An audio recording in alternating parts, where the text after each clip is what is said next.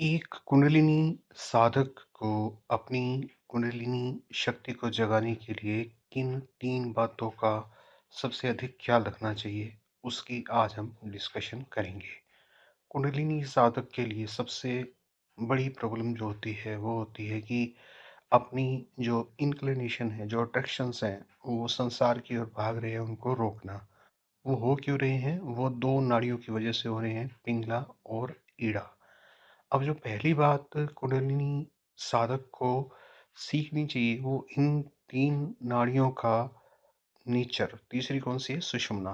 तीनों नाड़ियों का नेचर समझना चाहिए और 2 नाड़ियाँ पिंगला और इड़ा उन पे खास तौर पे वॉच करना चाहिए, यानी कि उनकी देख-रेख करनी चाहिए। देख-रेख का मतलब कि वो किधर मुड़ रही हैं, क्यों जा रही हैं, इस बात का ख्याल करना चाहिए। उसको सही करने के लिए उसको रेगुलर कुछ प्राणायाम करना चाहिए और वो प्राणायाम जो है हर व्यक्ति के लिए अलग-अलग होते हैं। कुछ प्राणायाम अनुलोम-विलोम प्राणायाम के वर्जन होते हैं, कुछ भ्रामरी प्राणायाम के, कुछ संजीवनी प्राणायाम के।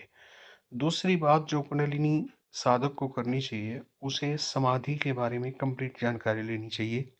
समाधि क्या होती है? समाधि कैसे घटित होती है? और समाधि घटित होने पर क्या-क्या अनुभव होते हैं? ताकि उसे जब वो अनुभव हो तो वो उसका फ़ायदा ले सके, क्योंकि कुंडलिनी साधना जब होती है तो अगर हम समाधि की ओर लेके जाएँगे तो हम पिंगला और इड़ा को भी बड़ी आसानी से रोक पाएँगे।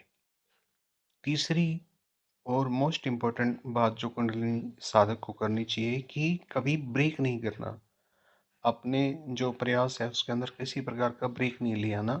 कई बार जीवन में ऐसे आ जाता है कि ब्रेक आ जाते हैं, कभी हमें कहीं बाहर जाना पड़ता है, बड़ा ज़रूरी होता है, कभी खुशी में, कभी गमी।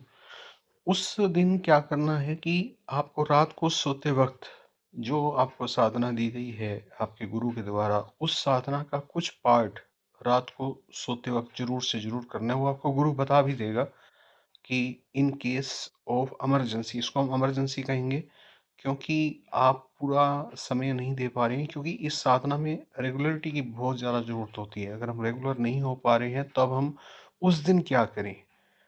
जब इस बात को आप लागू कर देंगे कि जब रेगुलर नहीं हुए उस दिन क्या करें, तो क्या होगा, आपकी साधना में कभी भी विघ्न नहीं पड़ेगा, साधना ब्रेक नहीं होगी। ब्रेक नहीं होगी तो फिर ये साधना स्मूथली चलेगी। ये बातें कुंडलिनी साधक को विशेष तौर पे ख्याल रखनी है, पिंगला, ईड़ा और समाधि और ब्रेकअप उसका साधना के अंदर ना हो, तो कुंडलिनी जागरण के चांसेस बहुत अधिक रहेंगे और 100% रहेंगे। हो सकता है टाइम अधिक लग जाए, लेकिन कुंडलिनी जागरण का जो आपका उद्देश्य है, वो 100% ऐसा करने से पूरा होगा ही।